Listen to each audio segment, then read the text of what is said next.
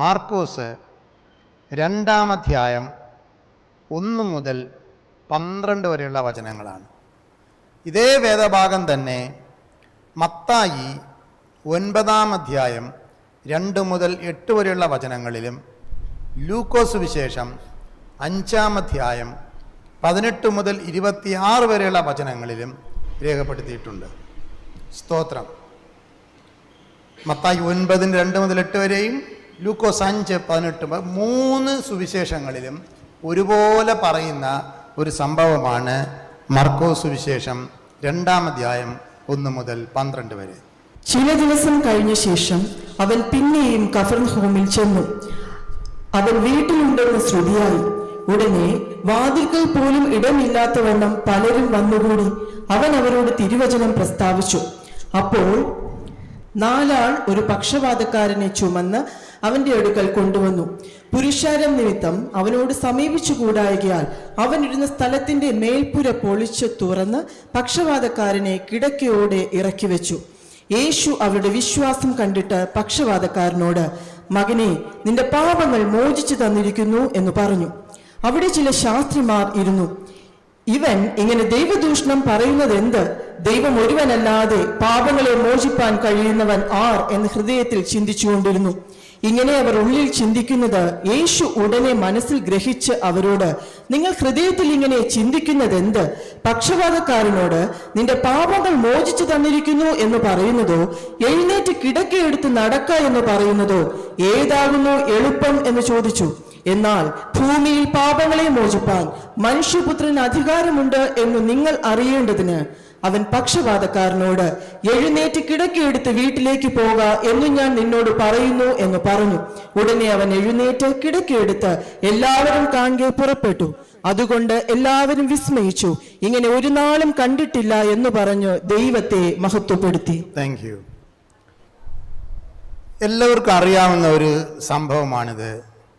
കഫർന്നഹൂം എന്ന് പറയുന്ന ഒരു പട്ടണം, ശരിക്കും പറഞ്ഞാൽ ഒരു ചെറിയ ഗ്രാമമാണത്. വലിയൊരു പട്ടണം എന്നൊക്കെ പറയാൻ പറ്റില്ല. അന്നത്തെ കാലത്തൊരു വലിയ പട്ടണമായിരുന്നു. അവിടെ ഒരു വീട്ടിൽ യേശു ഉണ്ട് എന്ന് ശ്രുതിയായി. അവിടെ എഴുതിയിരിക്കുന്ന വാക്കുകൾ ശ്രദ്ധയോടെ വായിച്ചിട്ട് ഞാൻ പറയുകയാണ്. ഒരുപാട് തെളിയിക്കാനുണ്ട് ഇവിടെ. ആർഗ്യുമെന്റേറ്ററി ആയിട്ടുള്ള ഒത്തിരി കാര്യങ്ങളുണ്ട്. അതൊന്നും ഞാൻ കടക്കുന്നില്ല. ലളിതമായിട്ട് പറയുകയാണ്. ഈ വീട് യേശു നിരന്തരം വന്ന് താമസിക്കുന്ന ഒരു വീടാണ്. യഥാർത്ഥത്തിൽ ഈ വീട് പത്രോസിൻ്റെ അമ്മാവിയമ്മയുടെ വീടാണ്. ഇന്നും ആ വീട് അവിടെ ഉണ്ട്. കഫർന്നഹൂമിൽ ഇന്നും ആ വീട് അവിടെ ഉണ്ട്. ആ വീടിൻ്റെ മുകളിൽ ഒരു വലിയ പള്ളി, സെന്റ് പീറ്റേഴ്സ് പള്ളി പണിതിട്ടുണ്ട് കഫർന്നഹൂമിൽ. ഈ വീടിന് അടുത്തായിട്ട് ഒരു പള്ളിയുണ്ട്. പള്ളി എന്ന് പുതിയ നിയമത്തിൽ എഴുതിയിരിക്കുന്നത് സിനഗോഗുകളാണ്, ദേവാലയമല്ല. യെരുശലേം ദേവാലയമല്ല, ദേവാലയം ഒന്നേ ഉള്ളൂ, സിനഗോഗാണ്. അപ്പം ഈ വീട്ടിന് അടുത്തായിട്ടൊരു കൊച്ചു പള്ളി, സിനഗോഗ്. നമ്മുടെ നാട്ടിലൊക്കെ പഴയ കാലത്ത് പള്ളിപ്പുര എന്ന് പറയുന്നത് പോലത്തെ ഒരു സെറ്റപ്പ്. അപ്പം അവിടെ ഒരു ദിവസം യേശു വന്ന് പ്രസംഗിക്കുകയാണ്. യേശുവിൻ്റെ വീട് നസറത്തിലാണ്. കഫർന്നഹൂമിൽ നിന്ന് കുറച്ച് ദൂരമുണ്ട് നസറത്തിൽ. അപ്പം നസറത്തിൽ നിന്ന് യേശു കഫർന്നഹൂമിൽ വന്ന് പ്രസംഗിച്ചു. കാരണം നസറത്തുകാർ യേശുവിനെ കൂടുതലായിട്ട് കൈക്കൊണ്ടില്ല, സ്വന്തം നാട്ടുകാർ. അതുകൊണ്ടാണ് നേരത്തെ ഞാൻ പറഞ്ഞത്, അതുപോലെ തന്നെ പണ്ട് സ്വന്തം നാട്ടുകാർ കേൾക്കാനൊക്കെ വന്നുകൂടി സൗഖ്യം പ്രാപിച്ചു, വലിയ കൂട്ടം വന്നു, പക്ഷേ ഹൃദയപൂർവമായി കൈക്കൊണ്ടിട്ടില്ല. അതുകൊണ്ട് നസറത്തിൽ നിന്ന് യേശു കഫർന്നഹൂമിൽ വന്ന് പ്രസംഗിക്കുമായിരുന്നു കൂടെ കൂടെ. അങ്ങനെ ആ സിനഗോഗിൽ വന്ന് പ്രസംഗിക്കുമ്പോൾ ആരോ തൊട്ടടുത്ത വീട്ടിലേക്ക് യേശുവിനെ ക്ഷണിച്ചുകൊണ്ടുപോയി. മിക്കവാറും പത്രോസും അന്ത്രയോസും കൂടെ ആയിരിക്കും. അവർ രണ്ടുപേരും സഹോദരങ്ങളാണ്. പത്രോസിൻ്റെ സഹോദരനാണ് അന്ത്രയോസ്. എന്തുകൊണ്ടാണ് വീട്ടിൽ വിളിച്ചുകൊണ്ട് പോയെന്ന് ചോദിച്ചാൽ, പത്രോസിൻ്റെ അമ്മാവിയമ്മയുടെ വീടാണത്. മദറിലോയുടെ വീടാണ്, അമ്മായിയുടെ വീടാണ്, ഭാര്യ വീടാണ്. അപ്പോൾ ഭാര്യയുടെ അമ്മ കഠിനമായി ജ്വരം പിടിച്ച് കിടക്കുകയാണ്. അതുകൊണ്ടാണ് യേശുവിനെ അങ്ങോട്ട് കൂട്ടിക്കൊണ്ടുപോയത്. അപ്പം പള്ളി കഴിഞ്ഞ് യേശു ആ വീട്ടിലോട്ട് പോയി. ചെന്നപ്പോഴേ കഠിനമായ ജ്വരം, ടൈഫോയിഡ്, മരിച്ചു അന്നത്തെ കാലത്ത്, ഇന്നും മരുന്നൊക്കെ ഉണ്ട്, പിടിച്ചിങ്ങനെ കിടന്നതുകൊണ്ട് യേശു പോയി ആ സ്ത്രീയെ സൗഖ്യമാക്കി. അവർ തന്നെ എഴുന്നേറ്റ് യേശുവിനും തൻ്റെ മരുമകനും സഹോദരനും പത്രോസിനും അന്ത്രയോസിനും കൂടെയുള്ള ശിഷ്യന്മാർക്കെല്ലാം ചപ്പാത്തി ഉണ്ടാക്കി കൊടുത്തു, റൊട്ടി ഉണ്ടാക്കി കൊടുത്തു. ബൈബിളിൽ ഇരിക്കുന്നു, ആഹാരം കൊടുത്തു. അവർ തന്നെ എഴുന്നേറ്റ് കുക്ക് ചെയ്തു. അത്തരത്തിൽ അവർ സൗഖ്യം പ്രാപിച്ചു. ആ അമ്മച്ചി കുറച്ച് പൈസയൊക്കെ ഉള്ള ഒരു അമ്മച്ചിയാണ്. അപ്പം അമ്മച്ചിക്ക് വലിയ സന്തോഷം. യേശുവും ഏകദേശം സമപ്രായക്കാരാണ് പത്രോസിനോടൊക്കെ. അപ്പം അതുകൊണ്ട് വലിയ സന്തോഷമായി. ഒരു പക്ഷേ ഈ സമയത്താണ് നസറത്തിൽ നിന്ന് കഫർന്നഹൂമിലോട്ട് താമസം മാറണം എന്ന് യേശു വിചാരിച്ചുകൊണ്ടിരിക്കുന്നത്. കാരണം രണ്ട് കാരണം. ഒന്ന്, നസറത്തുകാർ അധികം യേശുവിനെ സ്വീകരിക്കുന്നില്ല. രണ്ട്, കഫർന്നഹൂമിൽ ആണെങ്കിൽ കുറച്ചുകൂടെ യാത്ര ചെയ്യാൻ സൗകര്യമാണ്. തൊട്ടടുത്താണ് ഗലീല കടൽ. അതിലാണ് ബോട്ടിൽ 10-30 കിലോമീറ്റർ യാത്ര ചെയ്യാം. 24 കിലോമീറ്റർ നീളമുണ്ട് ഗലീല തടാകം. അപ്പം അതുകൊണ്ട് അവിടെ നിന്ന് താമസം മാറണം എന്ന് വിചാരിച്ചുകൊണ്ടിരിക്കുമ്പോഴാണ് ഈ വീട്ടിലെ ഈ സൗഖ്യം നടക്കുന്നതും. തൽഫലമായിട്ട് ഈ വീട്ടിൽ യേശു സ്ഥിരമായി താമസിക്കാനായിട്ടൊരു ഓഫർ കിട്ടുകയും ചെയ്യുന്നു. അങ്ങനെ പത്രോസ് വന്ന് യേശുവിനോട് പറയുന്നു, ഗുരുവേ, അങ്ങേക്ക് തടസ്സമില്ലെങ്കിൽ അങ്ങ് വരുമ്പോഴെല്ലാം ഈ വീട്ടിൽ വന്ന് താമസിക്കണമേ. അങ്ങനെ കഫർന്നഹൂമിലെ ശീമോൻ പത്രോസിൻ്റെ അമ്മാവിയമ്മയുടെ വീടായ, ക്രമേണ ശീമോൻ്റെ വീടായി മാറിയ കഫർന്നഹൂമിലെ വീട് ഇപ്പോൾ യേശുവിൻ്റെ വീടായി തീർന്നു. അതുകൊണ്ടാണ് മർക്കോസ് 2:1 അവൻ വീട്ടിലുണ്ടെന്ന് ശ്രുതിയായി എന്ന് എഴുതിയിരിക്കുന്നത്. അവിടെ എഴുതിയിരിക്കുന്ന വീട് എന്ന വാക്ക് ഹോം എന്ന അർത്ഥത്തിലാണ് രേഖപ്പെടുത്തിയിരിക്കുന്നത്. അതായത് സ്വന്തം വീട് എന്ന അർത്ഥത്തിലാണ്. യേശുവിന് സ്വന്തമായി വീട് ഇല്ല, സ്വന്തമായിട്ട് വീടുള്ളത് നസറത്തിലാണ്. എന്നാൽ ഇപ്പോൾ കഫർന്നഹൂമിൽ യേശുവിനൊരു വീടായി. അതുകൊണ്ട് അത് ക്രമേണ ഈ 3-3.5 വർഷക്കാലവും യേശുവിൻ്റെ വീട് പോലെ തന്നെ പ്രവർത്തിച്ചു. യേശു യാത്രയൊക്കെ ചെയ്തിട്ട് അവിടെയാണ് വരാറുള്ളത്. വരുമ്പോൾ നാട്ടുകാരെല്ലാം അറിയും, യേശു വീട്ടിലുണ്ട്, യേശു വീട്ടിലുണ്ട്, യേശു വീട്ടിലുണ്ട്. ശിമോന്റെ വീട്ടിലെന്നല്ല അവിടെ എഴുതിയിരിക്കുന്നത്, അമ്മായിയമ്മയുടെ വീട്ടിലെന്നല്ല എഴുതിയിരിക്കുന്നത്. യേശു വീട്ടിലുണ്ടെന്ന് ശ്രുതിയായി, സ്വന്തം വീട്ടിലെന്ന അർത്ഥത്തിലാണ്. അപ്പോൾ ഒന്നാമത്, ശിമോൻ പത്രോസ് തൻ്റെ വീട് യേശുവിന് വേണ്ടി കൊടുക്കാൻ തീരുമാനിച്ച ഒരു ദിവസമുണ്ടായിരുന്നു. അവർ ചർച്ച ചെയ്ത്, അമ്മാവിയമ്മയും ഭാര്യയും എല്ലാം കൂടെ കൂടിയിരുന്ന് ചർച്ച ചെയ്ത്, എന്തുകൊണ്ട് നമുക്കിത് യേശുവിന് കൊടുത്തുകൂടാ എന്നവർ ഒരു നല്ല തീരുമാനമെടുത്തു. അതെ, നമുക്ക് ഈ വീട് യേശുവിന് വേണ്ടി കൊടുക്കാം. ഹല്ലേലൂയ. നമ്മുടെ ജീവിതങ്ങൾ, നമ്മുടെ ഹൃദയം, നമ്മുടെ ഭവനം, നമ്മുടെ സകലവും യേശുവിന് വേണ്ടി കൊടുക്കാൻ ഒരു വിളി, ഒരു ആഹ്വാനം ഇതിനകത്തുണ്ട്. ജോയിദാസ് സാറ് യേശുവിന് വേണ്ടി കൊടുത്ത ഒരാളാണ്. അനിൽ ബ്രദർ യേശുവിന് വേണ്ടി കൊടുത്ത ഒരാളാണ്. അഭിലാഷ് യേശുവിന് വേണ്ടി കൊടുത്ത ആളാണ്. സിബി അച്ഛൻ യേശുവിന് വേണ്ടി തൻ്റെ ജീവൻ കൊടുത്ത ആളാണ്. ഒരു വലിയ ഡിഗ്രിയുള്ള ആളായിട്ടും ഇവിടെ ഇരിക്കുന്ന ഡോക്ടർ ബിനു, അതുപോലെ പലരും അവർ യേശുവിന് വേണ്ടി ജീവനെ കൊടുത്തവരാണ്. പ്രിയപ്പെട്ടവരെ, നിങ്ങളെ ഇന്ന് ആഹ്വാനം ചെയ്യുകയാണ്. നിങ്ങൾ പലരും അതുപോലെ കൊടുത്തവരായിരിക്കാം, ജോലിയുള്ളവരായിരിക്കാം, ഉദ്യോഗസ്ഥരായിരിക്കാം, നമുക്ക് ജീവിക്കാൻ വേണ്ടി ഓരോ ജോലി ചെയ്യുന്നവരായിരിക്കാം. പക്ഷേ ജീവിതം യേശുവിന് വേണ്ടി കൊടുക്കാൻ. ആമേൻ. കർത്താവേ, ഞാൻ എൻ്റെ ജീവിതത്തെ മുൻഗണന യേശുവിന് വേണ്ടി തരുന്നു. എൻ്റെ വീട് നിൻ്റെതാണ്, എൻ്റെ മക്കൾ നിൻ്റെതാണ്, എൻ്റെ ജീവിതം നിൻ്റെതാണ്. നീ എടുക്കണമേ. സർവവും യേശുനാഥനായി സമർപ്പണം ചെയ്തിടുന്നു സ്നേഹമോടെ ഞാൻ. സർവവും യേശുനാഥനായി സമർപ്പണം ചെയ്തിടുന്നു സ്നേഹമോടെ ഞാൻ. എൻ്റെ ബുദ്ധിയും എൻ്റെ ശക്തിയും നീ എനിക്ക് തന്നതൊക്കെയും എൻ്റെ ബുദ്ധിയും എൻ്റെ ശക്തിയും നീ എനിക്ക് തന്നതൊക്കെയും സർവവും യേശുനാഥനായി സമർപ്പണം ചെയ്തിടുന്ന സ്നേഹമോടെ ഞാൻ സർവവും യേശുനാഥനായി. ഹല്ലേലൂയ.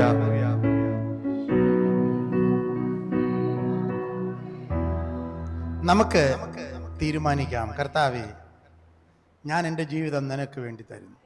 അങ്ങനെ യേശു കഫർന്നഹൂമിൽ വന്ന് താമസിച്ചു എന്ന് മത്തായി 4:13 മുതൽ 16 വരെ, ലൂക്കോസ് സുവിശേഷം 4:28 മുതൽ 31 വരെയൊക്കെ വായിക്കുമ്പോൾ കാണും അവിടുന്ന് കഫർന്നഹൂമിൽ വന്ന് താമസിച്ചു എന്ന് എഴുതിയിരിക്കുന്നു. അങ്ങനെ ഇരിക്കുമ്പോഴാണ് പലയിടത്തും പോയിട്ട് കഫർന്നഹൂമിൽ ഇടയ്ക്കിടെ വരുന്നത് പോലെ ഒരിക്കൽ യേശു കഫർന്നഹൂമിൽ പിന്നെയും വന്നു, പിന്നെയും വീട്ടിൽ ഉണ്ടെന്ന് ശ്രുതിയായി എന്ന് പറഞ്ഞുകൊണ്ടാണ് മാർക്കോസ് ആരംഭിക്കുന്നത്. സ്തോത്രം. യേശു പിന്നെയും വന്നു തൻ്റെ വീട്ടിൽ. യേശു വീട്ടിലുണ്ട് എന്ന് ശ്രുതിയായപ്പോൾ സാധാരണ ഉള്ളതുപോലെ ചുറ്റുപാടുമുള്ള ആൾക്കാരെല്ലാം ഓടിക്കൂടി, യേശു വീട്ടിലുണ്ട് കേട്ടാ, വീട്ടിലുണ്ട്, യേശു വീട്ടിൽ വന്നിട്ടുണ്ട്. അങ്ങനെ ആൾക്കാരെല്ലാം വന്നുകൂടി യേശുവിൽ നിന്ന് കേൾക്കാൻ, യേശുവിൽ നിന്ന് സൗഖ്യം പ്രാപിക്കാൻ, യേശുവിനെ കാണാൻ ആൾക്കാരെല്ലാം വീട്ടിൽ വന്നുകൂടി. ഒരു വീട് നിറഞ്ഞു കവിയാൻ ആയിരക്കണക്കിന് ആളൊന്നും ആവശ്യമില്ല അല്ലേ? ഹോളുമൊക്കെ നിറഞ്ഞു, റൂമൊക്കെ അങ്ങ് നിറഞ്ഞു. പെട്ടെന്ന് ആൾക്കാരൊക്കെ വന്നുകൂടി യേശു അവരോട് സംസാരിക്കാനായി തുടങ്ങി. അപ്പോഴാണ് അവിടെ എഴുതിയിരിക്കുന്നു, അപ്പോൾ 4 ആൾ ചേർന്ന് ഒരു പക്ഷപാതക്കാരനെ അവിടെ കൊണ്ടുവന്നു എന്ന് രേഖപ്പെടുത്തിയിരിക്കുകയാണ്.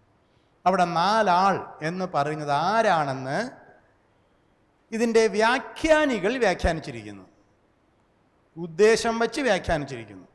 വ്യാഖ്യാനിക്കുന്നത് പല സാഹചര്യങ്ങളെ നോക്കിയിട്ടാണ്. 1-ാം അധ്യായം പഠിച്ചിട്ട് പറയുകയാണ് ഇത് മിക്കവാറും 1-ാം അധ്യായം 16 മുതൽ 20 വരെ വായിക്കുക, 29-ാം വാക്യം വായിക്കുക, 36-ാം വാക്യം വായിക്കുക. 1-ാം അധ്യായം 16 മുതൽ 20 വരെ, 29, 36. സം പീപ്പിൾ, ദേ എന്നിങ്ങനെ ചില ബൈബിളുകളിൽ ഗ്രീക്കിൽ ദേ എന്ന വാക്ക് അവർ എന്നാണ്, ചിലരെന്നല്ല അവർ എന്നാണ് രേഖപ്പെടുത്തിയിരിക്കുന്നത്. അവർ ആരാണ്? അവർ. അതാണ് ഞാൻ പറഞ്ഞത്. അവർ ആരെന്നറിയാൻ അതിൻ്റെ മുകളിലോട്ട് വായിച്ചു നോക്കിയാൽ മതി. അവിടെ 4 പേരെ കുറിച്ച് രേഖപ്പെടുത്തിയിട്ടുണ്ട്. ഒന്ന് മറ്റാരുമല്ല, പത്രോസും സഹോദരനായ അന്ത്രയോസും. അവരുടെ വീടാണത്. അവരുടെ എന്ന് വെച്ചാൽ പത്രോസിൻ്റെ അമ്മാവിയമ്മയുടെ വീടാണ്. പത്രോസും സഹോദരനായ അന്ത്രയോസും. പിന്നെ ഇവരുടെ ആത്മമിത്രങ്ങൾ 2 പേരുണ്ട്. ഇവരുടെ ആത്മമിത്രങ്ങൾ യാക്കോബും യോഹന്നാനും. യോഹന്നാനും അന്ത്രയോസും വലിയ കൂട്ടുകാരായിരുന്നു. അവർ 2 പേരും കൂടെയാണ് യോഹന്നാൻ സ്നാപകനെ വിട്ട് യേശുവിനെ പിൻഗമിച്ചത്. യോഹന്നാൻ സുവിശേഷം 1-ാം അധ്യായം എഴുതിയിരിക്കുന്നു. യോഹന്നാനും അന്ത്രയോസും കൂട്ടുകാരായിരുന്നു. അന്ത്രയോസിൻ്റെ സഹോദരൻ പത്രോസ്, യോഹന്നാൻ്റെ സഹോദരൻ യാക്കോബ്, ഇവർ 2 പേരും സെബദിയുടെ മക്കളുമാണ്. അങ്ങനെ പത്രോസും അന്ത്രയോസും യാക്കോബും യോഹന്നാനും, ഈ 4 പേരാണ് സ്നേഹിതന്മാരും കൂട്ടുകാരുമാണ് ഇവരാണ് അവർ, 4 ആൾ എന്നൊക്കെ പറയുന്നത്. അപ്പോൾ തീർച്ചയായിട്ടും അതിന് ഇനിഷ്യേറ്റ് ചെയ്തിരിക്കുന്നത് ആരായിരിക്കും? അതിന് മുൻകൈ എടുത്തിരിക്കുന്നത് ആരായിരിക്കും? പത്രോസ് തന്നെ ആയിരിക്കും. കാരണം പത്രോസിൻ്റെ വീടാണിത്. അപ്പോൾ പത്രോസിൻ്റെയോ ഈ സഹോദരങ്ങളുടെയും ഈ കൂട്ടുകാരുടെയും ഏതോ ഒരു സ്നേഹിതനായിരിക്കാം ഈ പക്ഷപാതക്കാരൻ. അവരുടെ നാട്ടിലുള്ള അറിയപ്പെടുന്ന ഒരാൾ കുറേ നാളായിട്ട് പക്ഷപാതം വന്ന് പാരാലിസിസ് വന്ന് കിടക്കുകയാണ്. അപ്പോൾ കാണുമ്പോഴൊക്കെ പറയും, ഇനി അടുത്ത് യേശു വരുമ്പോൾ യേശുവിനെ നമുക്ക് കണ്ടുമുട്ടിക്കാം, ഒരു മീറ്റിംഗ് നടത്താം, എങ്ങനെയെങ്കിലും യേശുവുമായിട്ടൊന്ന് മുട്ടിക്കാം, നിനക്ക് സുഖം വരും. അങ്ങനെ പക്ഷപാതം പിടിച്ചവനും കാത്തു കിടക്കുകയാണ്. ഇവർ 4 പേരും ഈ സമയം ഉപയോഗിച്ചു. യേശുവിടെ വർത്താനം പറഞ്ഞുകൊണ്ടിരിക്കുമ്പോൾ ഇവർ പതുക്കെ അവിടെ നിന്ന് സ്കിപ്പ് ചെയ്ത് അവിടെ നിന്ന് പുറത്തേക്ക് പോയിട്ട് ഈ പക്ഷപാതക്കാരൻ്റെ വീട്ടിൽ പോയി അവനെ കട്ടിലോടെ എടുത്തുകൊണ്ട് വരികയാണ്. വന്നപ്പോൾ ഇവിടത്തേക്ക് നോക്കിയപ്പോൾ ഇവിടെ എല്ലാം ആള് ഫുള്ള്, അകത്തോട്ട് പോകാൻ പറ്റുന്നില്ല. പത്രോസ് പറഞ്ഞു, ഡിസ്റ്റർബ് ചെയ്യണ്ട, യേശു സംസാരിച്ചുകൊണ്ടിരിക്കുകയാണ്. ഒരു കത്ത് അകത്തോട്ട് കൊടുത്തിട്ട് പിന്നെ കുറച്ചു നേരത്തേക്ക് ആളങ്ങോട്ട് മാറ്റി നിർത്തണം എന്നൊക്കെ പറയാം. പക്ഷേ ministry of Jesus should not be disturb. ഒരുപാട് പാഠങ്ങളിരുന്ന് പഠിക്കാനുണ്ട്. യേശു ചെയ്യുന്ന ശുശ്രൂഷ ഒരിക്കലും അവിടെ തടസ്സപ്പെടാൻ പാടില്ല. അതുകൊണ്ട് അവരെ ഒട്ടുമേ ഡിസ്റ്റർബ് ചെയ്യാതെ, ഒട്ടും ശല്യപ്പെടുത്താതെ പത്രോസ് പറഞ്ഞു, കുഴപ്പമില്ല, നമുക്ക് ഈ വീടിൻ്റെ മുകൾ പൊളിക്കാം. ഒരു ചെറിയ തീരുമാനമൊന്നുമല്ല അതൊരു ചെറിയ തീരുമാനമൊന്നുമല്ല. മഴയും വെയിലും മഞ്ഞും കൊള്ളാതിരിക്കാൻ ഒരു മേൽക്കൂര തീർച്ചയായിട്ടും വേണം. അത് പൊളിച്ച് താഴെ ഇറക്കാം. ഓട് പൊളിച്ചു എന്ന് ലൂക്കോസ് സുവിശേഷത്തിൻ്റെ ട്രാൻസ്ലേഷനിൽ എഴുതിയിരിക്കുന്നു. അന്ന് ഓടൊന്നും ഉണ്ടായിട്ടുള്ള കാലമല്ല. അതിൻ്റെ മുകളിൽ പാകിയിരിക്കുന്ന കല്ലുകളും അതിൻ്റെ മുകളിൽ പണിതിരിക്കുന്ന പണികളുമാണ്. ഇന്നും ആ പണികൾ, അതേ പണികളുള്ള സ്ഥലങ്ങൾ ഇസ്രായേലിലുണ്ട്. അത് വന്ന് കാണുമ്പോൾ നമുക്ക് മനസ്സിലാകും. അത് പൊളിക്കാം, എളുപ്പമായ കാര്യമല്ല, കുറേ സമയമെടുക്കും. അതുപോലെ നമുക്കിത് പൊളിക്കാം. അങ്ങനെ അവർ കൂടെ ചേർന്ന് അത് പൊളിക്കുകയാണ്. മുൻകൈ എടുക്കുന്നത് പത്രോസ് ആണ്. തൻ്റെ തന്നെ വീടാണ്. ഞാൻ പറഞ്ഞു വന്നത്, 2 പ്രാവശ്യം പത്രോസ് തീരുമാനമെടുത്തു. ഒന്ന്, ഈ വീട് യേശുവിന് വേണ്ടി കൊടുക്കാൻ. 2, മറ്റുള്ളവർക്ക് വേണ്ടി ഈ വീട് പൊളിക്കാൻ. പൊളിക്കുക എന്നത് എളുപ്പമുള്ള കാര്യമല്ല. ഒരിക്കൽ അദ്ദേഹം തൻ്റെ വീട് യേശുവിന് വേണ്ടി കൊടുത്തു, അത് കുറച്ചുകൂടി എളുപ്പമാണ്. മറ്റൊരിക്കൽ മറ്റൊരാളിന് വേണ്ടി ഈ വീട് ഇടിച്ച് പൊളിച്ചു. പ്രിയപ്പെട്ടവരെ, തകർക്കപ്പെടുന്നവൻ്റെയും കൂടെ ദൈവമാണ് യേശു. തകർക്കപ്പെടുന്ന കുടുംബങ്ങൾ, തകർക്കപ്പെടുന്ന അനുഭവങ്ങൾ. ജീവിതത്തിൽ വിജയിക്കുന്നവൻ മാത്രമല്ല വീരൻ, തോറ്റുകൊടുക്കുന്നവനും രക്തസാക്ഷിയും വീരന്മാരാണ്. അതുകൊണ്ടാണ് അതിനെ വീരമൃത്യു എന്ന് പറയുന്നത്. പൊതുവെ ഈ ലോകം വിജയിക്കുന്നവരോടൊപ്പമാണ് നിൽക്കുന്നത്. എന്നാൽ ബൈബിളിലെ ദൈവം നിൽക്കുന്നത് തോറ്റവനോടൊപ്പമാണ്, തകർക്കപ്പെടുന്നവനോടൊപ്പമാണ്. തകർക്കപ്പെട്ടാലേ ദൈവത്തിന് നമ്മെ പൂർണ്ണമായി ഉപയോഗിക്കാൻ കഴിയൂ. ഹല്ലേലൂയ. എവിടെയൊക്കെയോ തകർക്കപ്പെടണം, എവിടെയൊക്കെയോ ഡിസ്റ്റർബ് ചെയ്യപ്പെടണം. എന്നാലേ ചില അത്ഭുതങ്ങൾ സമൂഹത്തിന് വേണ്ടി യേശുവിൻ്റെ നാമത്തിൽ നടക്കൂ. വീട് പൊളിച്ചു, രോഗിയെ കിടക്കയോട് ഇറക്കി വെച്ചു എന്ന് രേഖപ്പെടുത്തിയിരിക്കുന്നു. യേശുവിൻ്റെ മുൻപിൽ ചില അത്ഭുതങ്ങൾ നടത്താൻ ചെയ്യുന്ന ചില ദൗത്യങ്ങളിൽ ചില പൊളിക്കലുകൾ, ചില വീട് പൊളിക്കലുകൾ ഇവിടെ ദൃശ്യമാണ്. ചിലരുടെ അനുഗ്രഹത്തിന് വേണ്ടി നമ്മൾ തകർക്കപ്പെടേണ്ടി വരും. ഇതാണ് കോസ്റ്റ് ഓഫ് ഡിസൈപ്പിൾഷിപ്പ്. നമ്മുടെ ചില കംഫർട്ട് സോണുകൾ തകർക്കപ്പെടേണ്ടി വരും. ഈ ലോകം നോക്കുമ്പോൾ പുച്ഛിക്കുകയും അപമാനിക്കുകയും ഇതിൽ നിന്ന് നമുക്ക് എന്താണ് കിട്ടാനുള്ളതെന്ന് പുച്ഛിക്കുകയും ചെയ്യും. യേശുവിനെയും ക്രൂശിൽ കണ്ട് ജനം അത് തന്നെയാണ് പുച്ഛിച്ചത്, പരിഹസിച്ചത്, ആക്ഷേപിച്ചത്. നിനക്ക് ദൈവപുത്രനെങ്കിൽ, ശക്തിയുണ്ടെങ്കിൽ ക്രൂശിൽ നിറങ്ങി വാ എന്ന് പരിഹസിച്ച് പറഞ്ഞതുപോലെ, നീ പ്രസംഗിക്കുന്നതൊക്കെ ശരിയാണെങ്കിൽ ഇത് തെളിയിക്ക് എന്ന് ലോകം പുച്ഛിക്കും. ഈ ലോകത്തിൻ്റെ മുൻപിൽ അപ്പോൾ ചിലപ്പോൾ നമ്മൾ തോറ്റു കൊടുക്കേണ്ടി വരും. വീട് പൊളിക്കപ്പെട്ടു. ഇന്നൊരുപാട് കുടുംബങ്ങൾ തകർക്കപ്പെടുകയാണ്. ഒരുപാട് കുടുംബങ്ങൾ കണ്ണുനീരോട് പറയുന്ന അനുഭവങ്ങൾ, പുറത്തു പറയാൻ കഴിയാത്ത അനുഭവങ്ങൾ,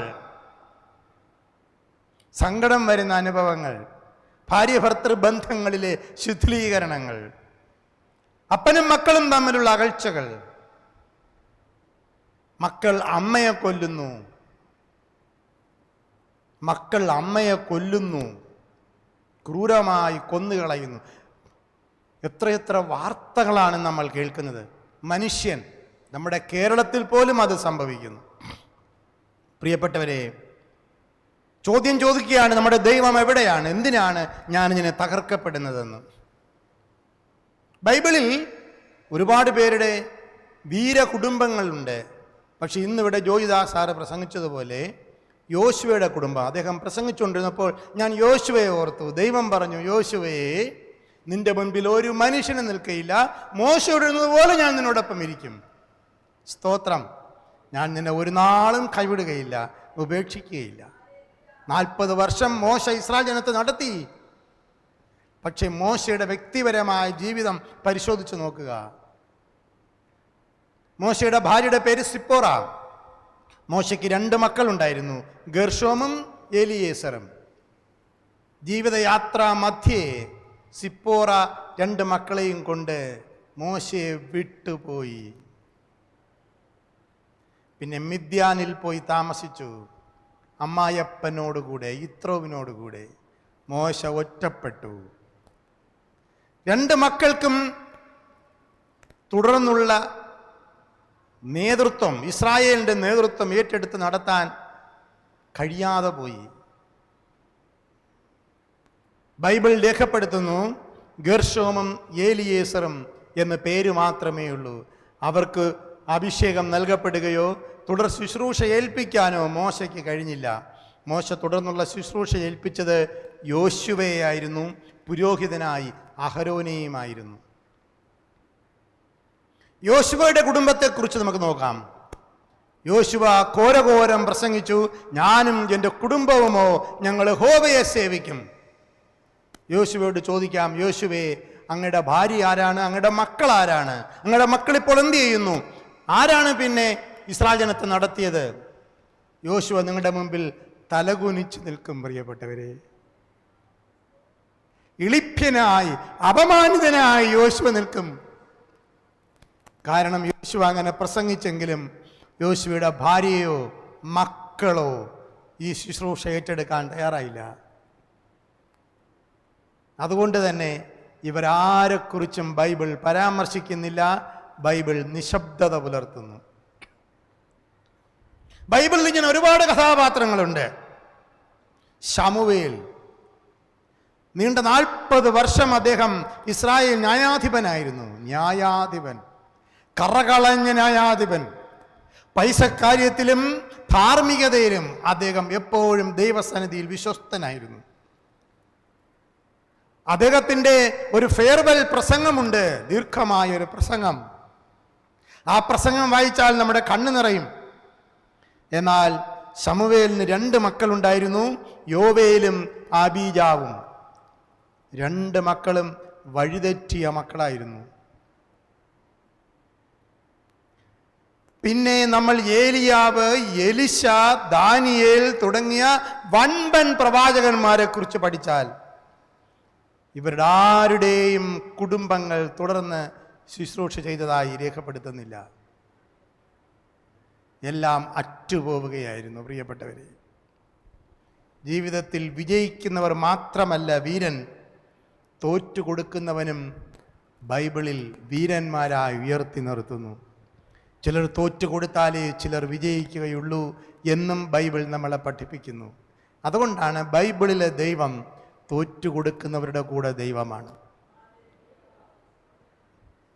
എൻ്റെ പ്രിയ സഹോദര, സഹോദരി, അയ്യോ എനിക്കെന്തിനിങ്ങനെ വന്നു എന്ന് നീ ഓർത്ത് നിരാശപ്പെടുന്നുവെങ്കിൽ, ഭാരപ്പെടുന്നുവെങ്കിൽ ഇന്നത്തെ വചനം നിനക്ക് വേണ്ടിയുള്ളതാണ്. ദൈവം നിന്നോട് സംസാരിക്കുകയാണ്. ഹല്ലേലൂയ.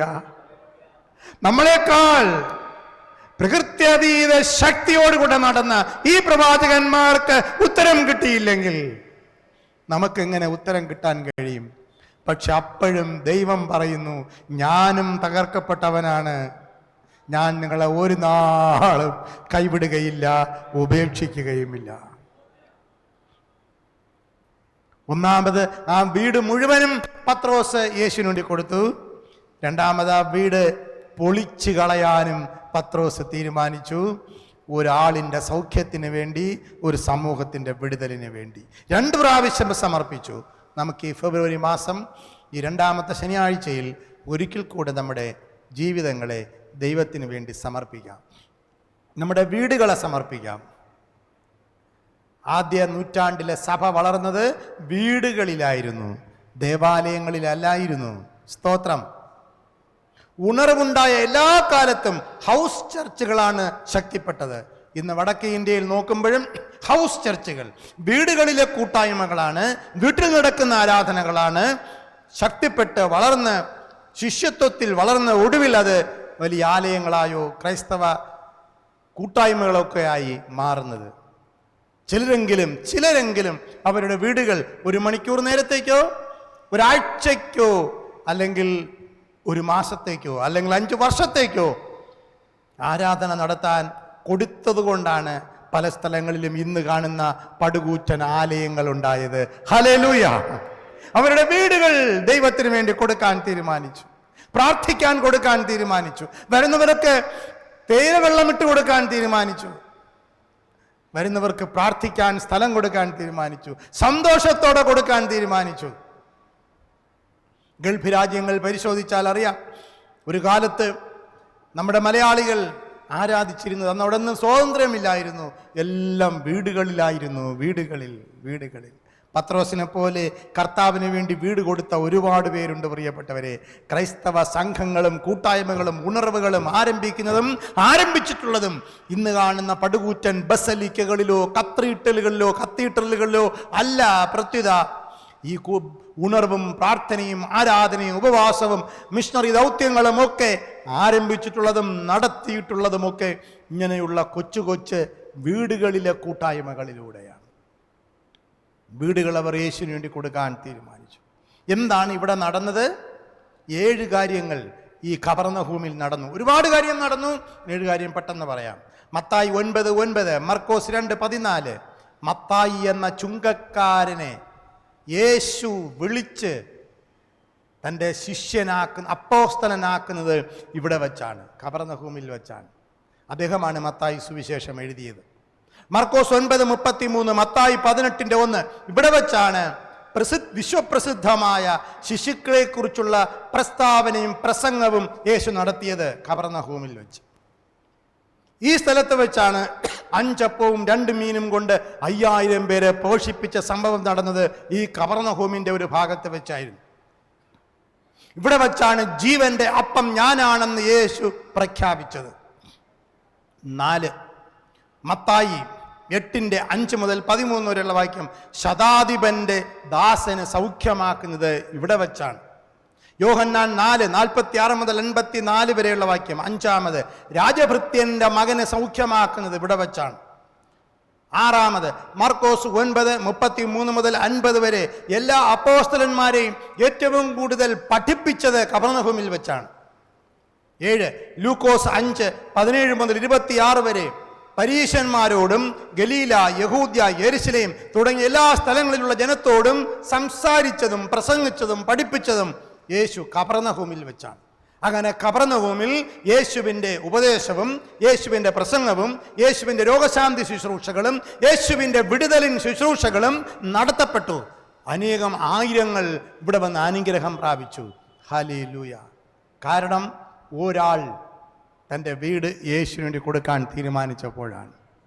നിങ്ങളും അനുഗ്രഹിക്കപ്പെടും, നിങ്ങളുടെ ദേശവും അനുഗ്രഹിക്കപ്പെടും, അനേകർ അനുഗ്രഹിക്കപ്പെടും. നമ്മുടെ കരങ്ങൾ ഉയർത്തി കർത്താവിന് സ്തോത്രം ചെയ്യാം. ഒരു കാര്യം കൂടെ ഇവിടെ പറഞ്ഞ് ഞാൻ അവസാനിപ്പിക്കട്ടെ. പക്ഷെ നിർഭാഗ്യവശാൽ കുറച്ചു കാലം കഴിഞ്ഞപ്പോൾ ഈ കവർന്നഭൂമിയിലെ ജനം തന്നെ മാനസാന്തരപ്പെടാതെ ഹൃദയം കഠിനപ്പെട്ടു. അത്ഭുതങ്ങൾ അവർ പ്രാപിച്ചു, അനുഗ്രഹങ്ങൾ പ്രാപിച്ചു, വലിയ സന്തോഷമായി. പക്ഷെ യേശു ഉദ്ദേശിച്ചതായ ദൈവരാജ്യത്തിൻ്റെ മാനദണ്ഡ പ്രകാരം മാനസാന്തരപ്പെട്ടില്ല. സൗഖ്യം പ്രാപിച്ചു, ജനങ്ങൾ അന്നും കൂടുന്നുണ്ട്, വലിയ ജനക്കൂട്ടം വരുന്നുണ്ട്, പക്ഷേ ഒരു രൂപാന്തരം ഉണ്ടാകുന്നില്ല. ശ്രദ്ധിച്ച് കേൾക്കണം. ഈ കവർന്നഭൂമിയിലെ ജനത്തിന് മാനസാന്തരം ഉണ്ടാകുന്നില്ല.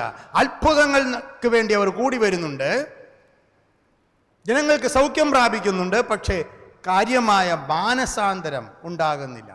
ഇത് കണ്ടപ്പോൾ ലൂക്കോസ് സുവിശേഷം 10:15, മത്തായി 11:23-24 കർത്താവ് കവർന്നഭൂമിനെ ശാസിക്കുകയാണ്. ഹേ കവർന്നഭൂമി, നിനക്ക് അയ്യോ കഷ്ടം! നിന്നിൽ നടന്ന വീര്യപ്രവൃത്തികൾ സോരിലും സീദോനിലും നടന്നിരുന്നെങ്കിൽ അവർ പണ്ട് തന്നെ രട്ടിലും വെണ്ണീരിലും മാനസാന്തരപ്പെടുമായിരുന്നു. നിന്നേക്കാൾ നീ മാനസാന്തരപ്പെട്ടില്ലെങ്കിൽ നിനക്ക് അയ്യോ കഷ്ടമാണ്. ന്യായവിധി ദിവസത്തിൽ നിനക്ക് സഹിക്കാൻ കഴിയുകയില്ല, സഹിക്കാവതാകും. അതായത് നിനക്ക് സഹിക്കാൻ കഴിയുകയില്ല, ന്യായവിധി വരാൻ പോകുന്നു, നീ മാനസാന്തരപ്പെടുക എന്ന് പറഞ്ഞ് കപർന്നഹൂമിനെ ശാസിക്കുന്നതായിട്ടും കാണുന്നു. AD 7-ാം നൂറ്റാണ്ടായപ്പോൾ കപർന്നഹൂം പൂർണ്ണമായി തകർക്കപ്പെട്ടു. ഇന്ന് നിങ്ങൾ കപർന്നഹൂമിൽ പോയാൽ കാണാം, തകർന്ന് അടിഞ്ഞുപോയ ഒരു പട്ടണം. കർത്താവ് നമുക്ക് ചെയ്ത അത്ഭുതങ്ങളും അടയാളങ്ങളും, ഒരു മനുഷ്യനിലൂടെ നടന്ന സമർപ്പണത്തിലൂടെ നടന്ന വിടുതലും മാനസാന്തരവുമൊക്കെ നമ്മുടെ മാനസാന്തരത്തിന് വേണ്ടിയാണ്, എല്ലാവരുടെയും രൂപാന്തരത്തിന് വേണ്ടിയാണെന്ന് ഒരിക്കൽ കൂടെ ഈ പ്രഭാതത്തിൽ ഞാൻ നിങ്ങളെ ഓർമ്മിപ്പിക്കുകയാണ്. നേരത്തെ ജോയിദാസ് സാറ് പറഞ്ഞതുപോലെ ഇന്ന് പലരും ദൈവമില്ല എന്ന നിരീശ്വരവാദം വളരുന്ന ഒരു കാലമാണ്.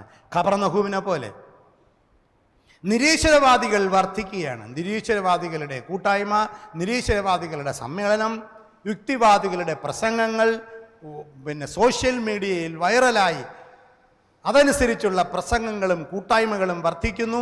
നമ്മുടെ യുവജനവും അതിൽ ചെന്ന് പെട്ടിട്ട് ദൈവമില്ല എന്ന് പറയുന്ന ഒരു വലിയ സമൂഹം ഉണ്ടായി വരികയാണ്. ബൈബിൾ അവരെക്കുറിച്ച് പറയുന്നത് നമുക്കറിയാം. ദൈവവിശ്വാസം ഇല്ലാത്തവരുടെ പ്രത്യേകതകളെ ബൈബിൾ പറയുന്നുണ്ട്. ഇവിടെ വന്നിരിക്കുന്ന കുഞ്ഞുങ്ങളോടും ഓൺലൈൻ വഴിയായി കേൾക്കുന്നവരോടും അവർക്കൊക്കെ അറിയാം ഇതിനെക്കുറിച്ച്. ഒരുപാട് സോഷ്യൽ മീഡിയയിലൊക്കെ ചർച്ച ചെയ്യുന്നു. നമ്മുടെ പാരൻസ് നമ്മൾ മണ്ടന്മാരാണ്, മണ്ടികളാണ്, നമ്മളിതൊന്നും അറിയുന്നില്ല. പക്ഷേ യുവജനങ്ങൾ ധാരാളമായി കേൾക്കുന്നുണ്ട്. അവർക്ക് വേണ്ടി ഞാൻ പറയുകയാണ്, ഈ നിരീശ്വരവാദികളെക്കുറിച്ചും ശാസ്ത്രീയ പഠനങ്ങൾ നടത്തിയിട്ടുണ്ട്. എന്തുകൊണ്ടാണ് അവർ ദൈവത്തെ ഉപേക്ഷിച്ച് നിരീശ്വരവാദിത്വത്തിൻ്റെ പിറകെ പോകുന്നത്? എന്തുകൊണ്ട് ഇന്നത്തെ ആധുനിക തലമുറ നിരീശ്വരവാദത്തെ പ്രോത്സാഹിപ്പിക്കുന്നു? ഒരുപാട് കാരണങ്ങൾ കണ്ടുപിടിക്കപ്പെട്ടിട്ടുണ്ട്. ഞാനതിൻ്റെ 7 കാര്യങ്ങൾ പറയാം. 1, താൻ തോന്നികളായി ജീവിക്കാൻ ആഗ്രഹിക്കുന്നവരാണ് നിരീശ്വരവാദത്തിൻ്റെ പിറകെ പോകുന്നത്. താൻ തോന്നികളെന്ന് പറഞ്ഞാൽ സ്വയം ഞാൻ പറയുന്നതാണ് ശരി, തോന്നുന്നത് പോലെ അഴിഞ്ഞ ജീവിതം. ഇവരെ ബൈബിൾ പറയുന്നത് വഷളന്മാർ എന്നാണ്. ദൈവമില്ല എന്ന് മൂഢൻ തൻ്റെ ഹൃദയത്തിൽ പറയുന്നു. അവർ വഷളന്മാരായി മ്ലേച്ഛമായ നെറികേട് പ്രവർത്തിക്കുന്നു, തോന്നുന്നത് പോലെ ജീവിക്കുന്നു. ഗഞ്ചാവും മയക്കുമരുന്നും അതുപോലെ ഇന്ന് കാണുന്ന മ്ലേച്ഛമായ, എനിക്ക് അതിൻ്റെ പേരേ അറിയുള്ളൂ, എന്തൊക്കെയാണെന്ന് നടക്കുന്നത് കൂടുതലും നിരീശ്വരവാദികളുടെ ഇടയിലാണിത്. താൻ തോന്നികളായി ജീവിക്കാൻ, കാരണം അവർക്ക് അതിൻ്റെ മുകളിൽ ഒരു നിയമം ഉള്ളത് അവർക്ക് ഇഷ്ടമില്ല.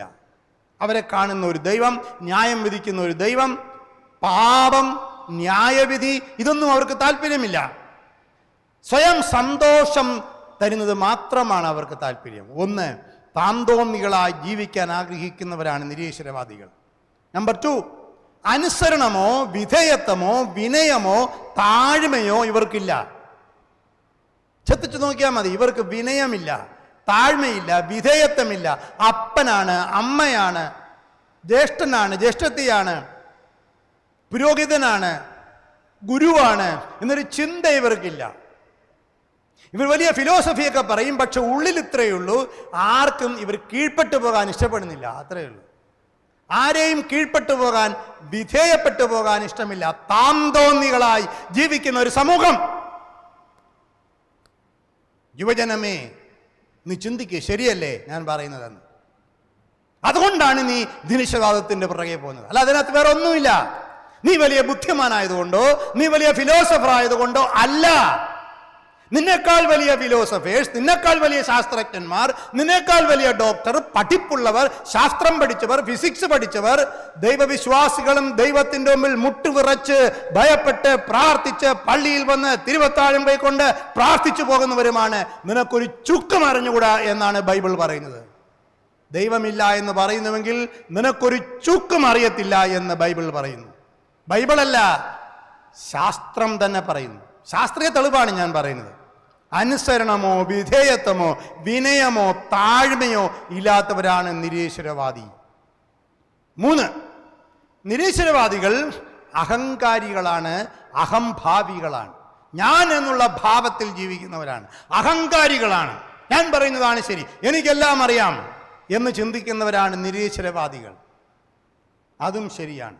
അഹങ്കാരം ആപത്താണ്, അഹംഭാവി ആപത്താണ്.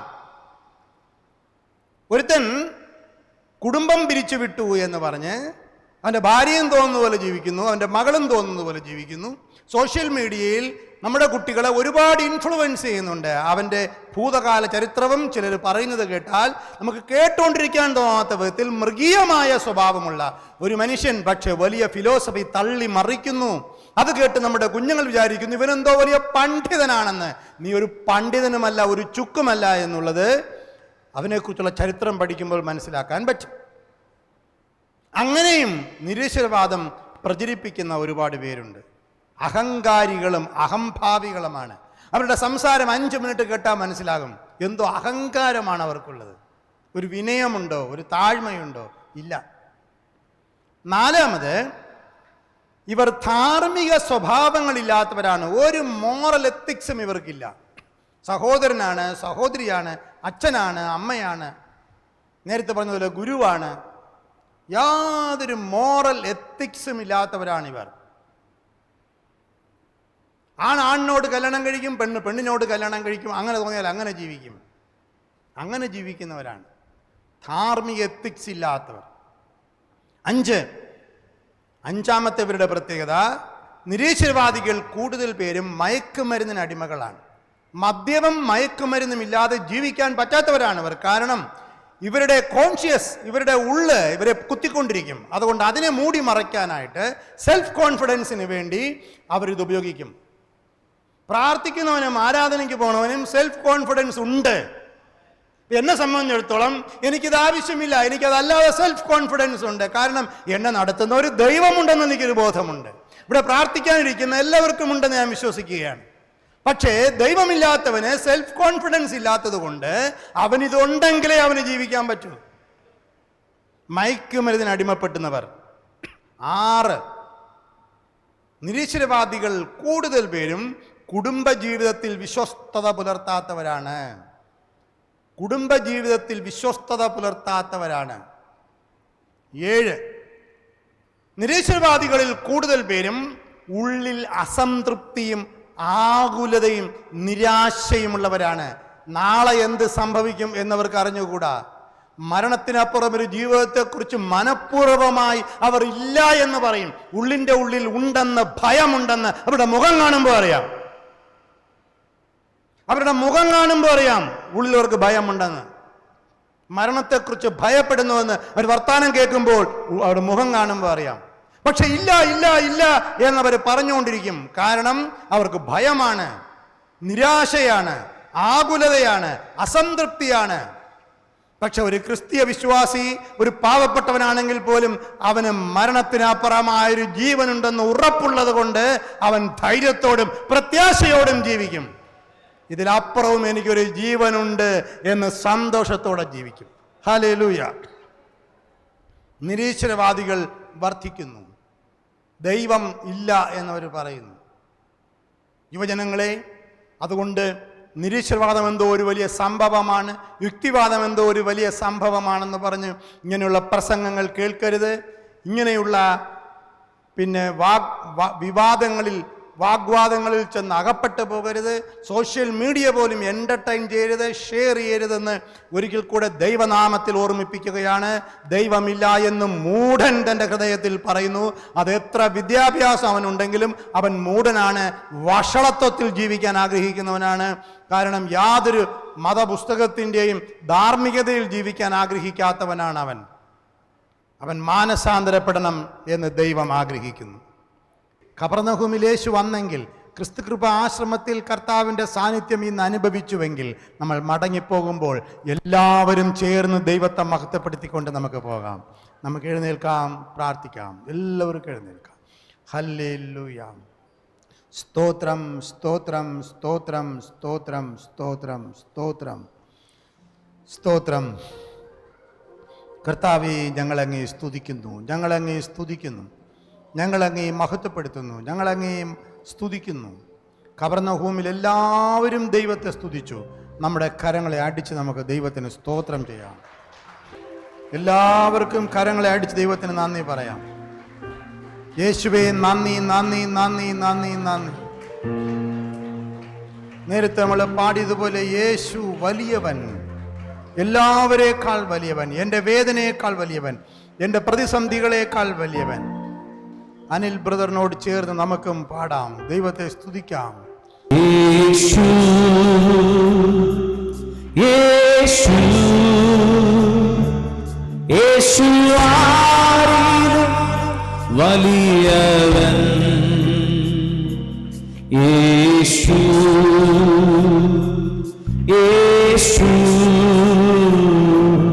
യേശു ആരിൽ മതിയായവൻ. ദൈവത്തെ സ്നേഹിക്കുമ്പോ സർവം നന്മയ്ക്കായി ഭവിച്ചിടുന്നു.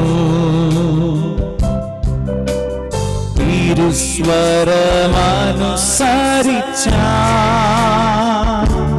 നമുക്കൊരുക്കിയിടും അവനഖിലം. ദൈവത്തെ സ്നേഹിക്കുമ്പോ സർവം നന്മയ്ക്കായി ഭവിച്ചിടുന്നു. തിരുസ്വരമനുസരിച്ച നമുക്കൊരുക്കിയിടും അവനഖിലം. കൃപയരുളിടുമേ ബലമണിക്കുമേ,